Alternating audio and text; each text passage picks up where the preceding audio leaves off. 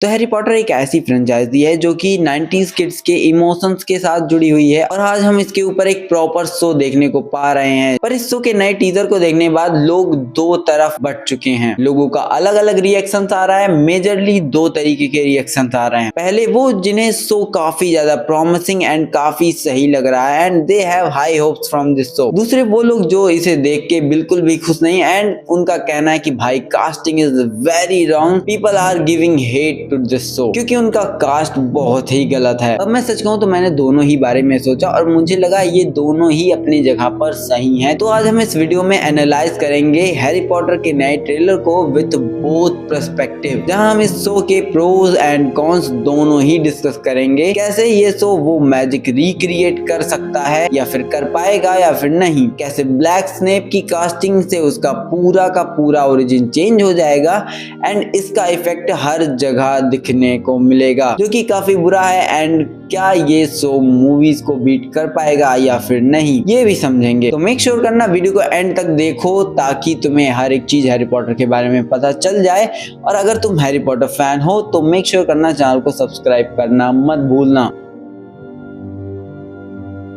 तो हम वीडियो को स्टार्ट करेंगे इस शो को लेकर हो रही ढेर सारी कंट्रोवर्सी से, जो कि इंटरनेट पे लोगों को दो पार्ट्स में स्प्लिट कर रखी है। और वो है कास्टिंग। सीरीज की जब कास्टिंग हुई थी तभी हमें पता चल गया था कि स्नेप का रोल एक ब्लैक पर्सन को मिला है, जो कि काफी ज्यादा कंसर्निंग हो जाता है अगर तुम एक फैन हो हैरी पॉटर यूनिवर्स के, या फिर तुमने बुक्स पढ़ रखी या फिर तुमने मूवीज देख रखी है। तो क्योंकि इन दोनों को ही देखने वाले को पता है कि स्नेप एक वाइट कैरेक्टर है एंड मूवीज में उसका रोल एक्टर एलन रिकमैन ने किया है, जो कि इतने अच्छे से प्ले करते हैं कि वो आइकॉनिक बन गया। और जब भी कोई कैरेक्टर एक एक्टर की वजह से आइकॉनिक बन जाता है तो उसको रिकास्ट करना एक फ्रेंचाइजी के लिए बहुत बड़ी प्रॉब्लम बन जाती है। फॉर एग्जांपल आयरन मैन 1 में रोडी को किसी और ने प्ले किया था एंड आयरन मैन 2 से आज तक उसको एक दूसरा एक्टर प्ले करता आ रहा है, जहाँ पे आयरन मैन एक बहुत बड़ी मूवी थी एंड स्टिल उस बंदे को रिकास्ट कर दिया गया क्योंकि वो बंदा आइकॉनिक नहीं था। इवन वो बंदा बहुत ही आसानी से रिप्लेस हो गया और किसी को पता भी नहीं चला। वहीं पे चैडविक बोसमैन के डेथ के बाद भी आज तक ब्लैक पैंथर को कोई रिप्लेस नहीं कर पाया और ये बात सबको पता है कि he died with a tragic cancer, but Marvel didn't recast him. क्यों? क्योंकि Chadwick made that character very iconic. Similarly Snape का कैरेक्टर भी काफी ज्यादा आइकॉनिक है एंड ये ऑलरेडी प्ले किया जा चुका है, बट इसका रिकास्ट होना ऑब्वियस था। बट स्नेप के लिए एक ब्लैक पर्सन को चूज करना इज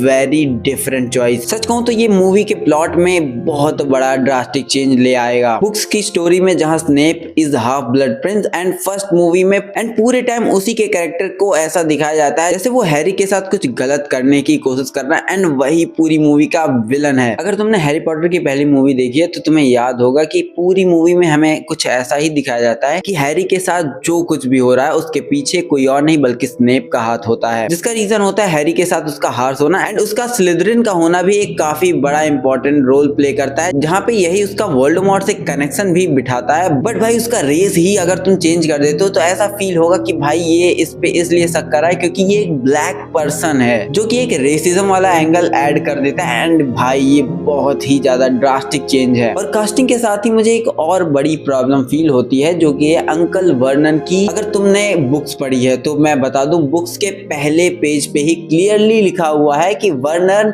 एक मोटा वाइट कैरेक्टर है, जो कि इसमें भी दिखाया गया है कि एक आदमी है जो कि मोटा है। बट बुक्स के पहले पेज पे ही क्लियरली लिखा हुआ है कि वर्नन की नेक ही नहीं होती, मतलब वो इतना मोटा है कि उसकी नेक होती ही नहीं है। एंड सीरीज के अंदर जो हमें वर्नन दिखाया जा रहा है वो काफी हेल्दी है बट इतना मोटा नहीं है कि उसका नेक ना दिखे।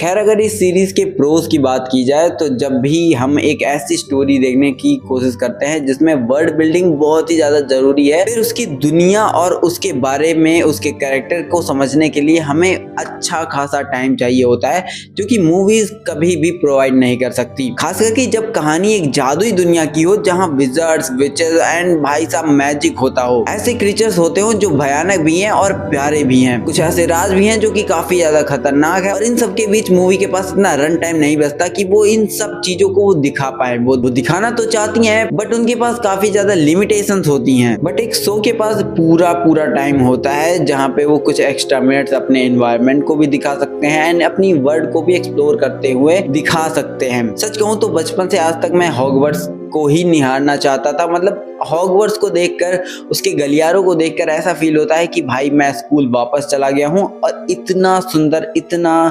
प्यारा जगह, मतलब कि भाई हॉगवर्ट्स जितना सुंदर एस्थेटिक प्लेस मैंने आज तक नहीं देखा है। जिसे जितना भी देख लो कम ही फील होता है। वहीं पे भाई अगर मैं बात करूं कि ब्लैक स्नेप की कास्टिंग की वजह से पूरा शो इतना ज्यादा चेंज क्यों हो जाएगा और लोगों का पर्सपेक्टिव इतना क्यों चेंज हो जाएगा। देखो पहली बात तो रेसिज्म बहुत ही खतरनाक तरीके से उससे जुड़ जाएगा। जब भी हैरी उसके ऊपर शक करेगा तो लोगों को लगेगा कि रेसिज्म की वजह से शक कर रहा है। वहीं पे देखो अगर तुमने हाफ ब्लड प्रिंस पढ़ रखी है तो तुम्हें पता है कि उसमें जेम्स पॉटर बहुत ही ज्यादा बुली करता है स्नेप को।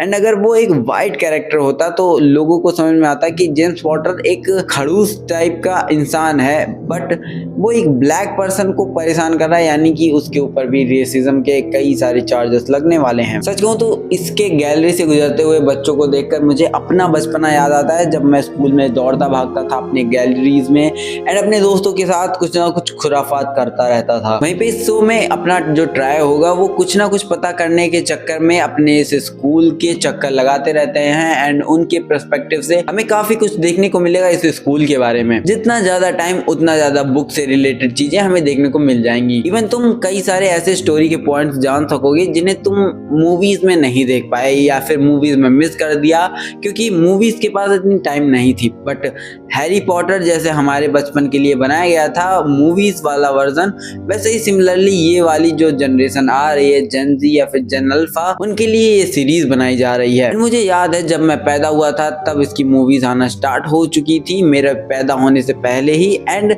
Now it's been 25 years and generation बदल चुकी है। HBO की टारगेट ऑडियंस 25 से 30 साल के लोग नहीं बल्कि वो बच्चे हैं जो अभी छोटे हैं या फिर पैदा नहीं हुए या फिर पैदा होने वाले हैं। तो ये सीरीज वो लोग देखने वाले हैं, ये सीरीज उनके लिए इंस्पिरेशन बनेगी। पर ये तभी होगा जब इसे ढंग से पुल ऑफ कर लिया जाएगा, जो कि मुझे लगता है कि HBO वाले ये कर लेंगे। और साथ ही साथ जो लोग भी बुक्स पढ़ना नहीं चाहते हैं या टाइम नहीं है उनके पास, तो उनके लिए ये काफी ईजी हो जाएगा। बाय द वे ये हैरी पॉटर जब तक एंड होगा तब तक मैं बुढ़ा हो चुका हूँगा, क्योंकि एक सीजन अगर 2 साल लेता है या फिर 1 साल भी लेता है तो एटलीस्ट 14 ईयर्स इसको लग ही जाएंगे। मतलब अगर 2 साल लेता है तो 14 ईयर्स, और एक साल पे रिलीज करते हैं तो एटलीस्ट 7 ईयर्स। आई मीन यार अगर मैं अभी सोचने बैठता हूँ तो जब ये सीरीज खत्म होगी तो मैं 38 साल का हो चुका हूँगा। और अगर तुम चाहते हो कि मैं 38 साल की उम्र तक रिव्यूज बनाता रहूँ, ऐसे ऐसे तुमको डिटेल्स बताता रहूँ एंड तुमको इंटरेस्टिंग चीजें बताता रहूँ या फिर ब्रेकडाउन्स करता रहूँ, तो भाई मेक श्योर करना चैनल को सब्सक्राइब कर लेना। वीडियो अच्छी लगी हो तो लाइक करे बिना मत जाना एंड मेक श्योर करना कि अपने हॉगवर्ट्स फैन वाले दोस्तों को जरूर भेजो ये वीडियो। बाकी कमेंट करके जरूर बताना कि तुम्हारा क्या ओपिनियन है ब्लैक स्नेप के ऊपर। चलता हूँ, मिलते हैं किसी और दिन किसी और वीडियो में, तब तक के लिए tata bye bye and peace out.